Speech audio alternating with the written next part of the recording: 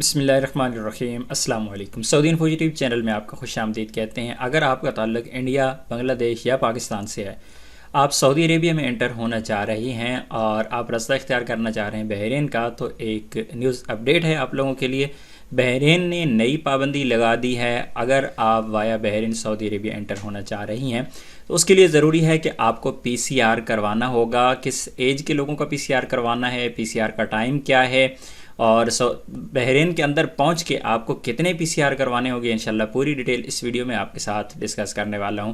तो सबसे पहले आपको बता दूं कि बहरीन में जितने भी नए अराइवल है, जितने भी विज़िट वीज़ा वाले हैं, चाहे परमानेंट वीज़ा वाले हैं, बहरीन में काम करने वाले, बहरीन का वीज़ा रखने वाले या फिर ट्रांजिट जिनकी फ़्लाइट है, सब के लिए ये ज़रूरी करार दिया गया है कि अगर वो इंडिया, पाकिस्तान या बांग्लादेश से सफ़र कर रहा है, पिछले 14 दिनों में इन ममालिक में रहा है, तब भी आपको पीसीआर करवाना होगा बहरीन के सफ़र के लिए।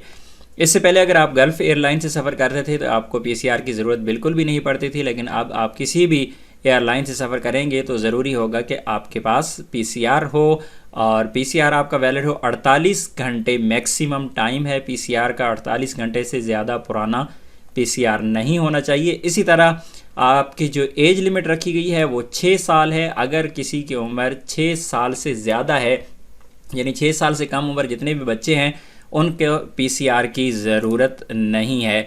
और जब आप बहरीन में पहुंच जाएंगे तो बहरीन में पहुंचने के बाद आपको क्वारंटाइन होना होता है और क्वारंटाइन होने के बाद आपको 5 दिन के बाद एक पीसीआर करवाना पड़ता है और फिर आपको 10 दिन के बाद पीसीआर करवाना पड़ेगा।